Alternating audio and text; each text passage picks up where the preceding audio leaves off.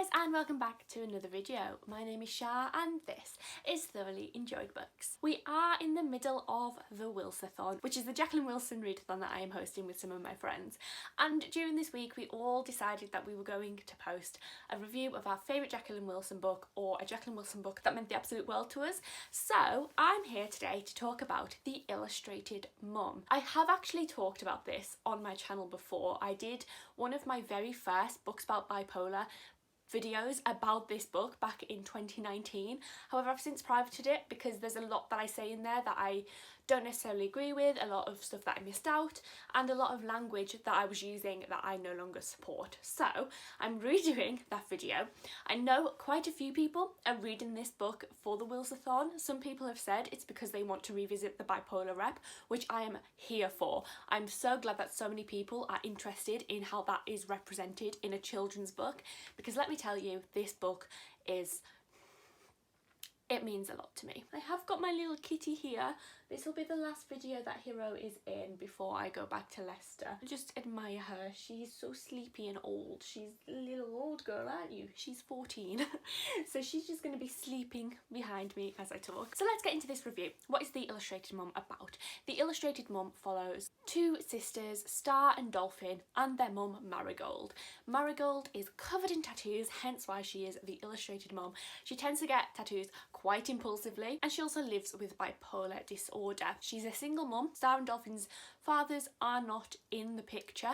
It's just the three of them, and their lives are a little bit chaotic because, as we said, Marigold does have bipolar disorder. What I like about this book, and something that I've mentioned before, is I think there's a big difference between good representation and positive representation, because this book definitely doesn't depict bipolar in a positive light. It's a very negative point of view, and it's told from the point of view of children, so it's also a very innocent point of view. We see the highs and the lows of Marigold. We see the highs where she is just buying so much stuff, she's getting drunk, she's partying, she's sleeping with different men, and that is quite explicit in this book, which is something I didn't realise when I first read it. So they're still quite young, but they know what is going on, they know what their mum is doing, and to see that is quite tough.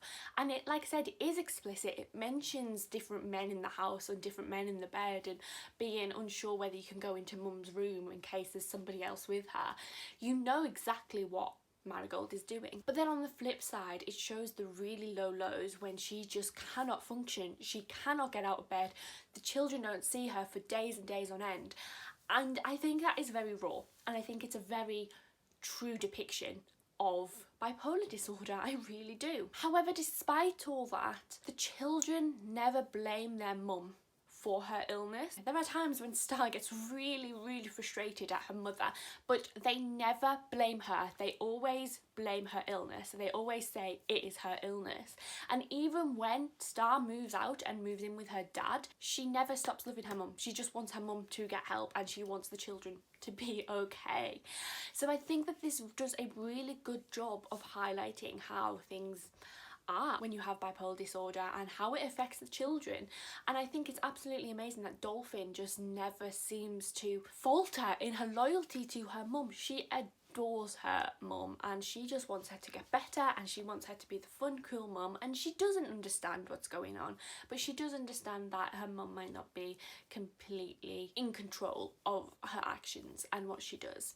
And I think that's a really important thing to put in with bipolar representation in fiction, and particularly in children's books, is highlighting that actually this is the illness's fault. This isn't the individual's fault. And it also does a really good job of showing how important a support network is, because there are times when Marigold doesn't have support, whether that be financial or another adult, and there are times when she does, and you can see the difference and how that impacts how she's looking after the children, and whether or not they're neglected. And I hate using that word because I think Marigold really does just want the best for her girls, but there are times when she neglects them, and that is because of her mental illness, and that is because she has just lost all control of her actions and her behaviours. I think it's just a really poignant book. This is obviously one of the first books I ever read that had bipolar representation in it, and at the time it went right over my head. I didn't really recognise that. I just saw this crazy mum,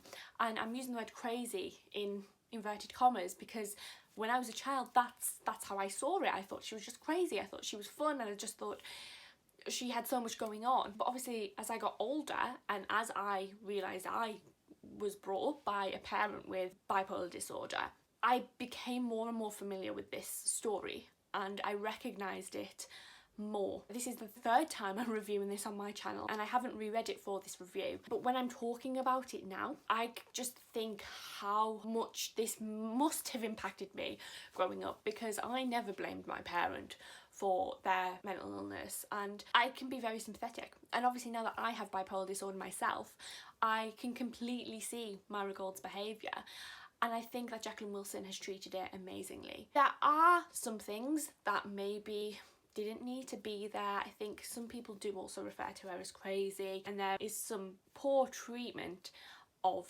Marigold. The kids get teased a lot for their mum, and a lot of that is around tattoos, and I think that is something that just maybe isn't as big a deal nowadays. This book did come out in 1999, so it's a 22-year-old book, so maybe tattoos weren't quite as popular back then, or they weren't quite as visible, but nowadays I don't think that really is a sign of anything. Could be a sign of impulsiveness, I guess. It could contribute to the bipolar disorder in that way.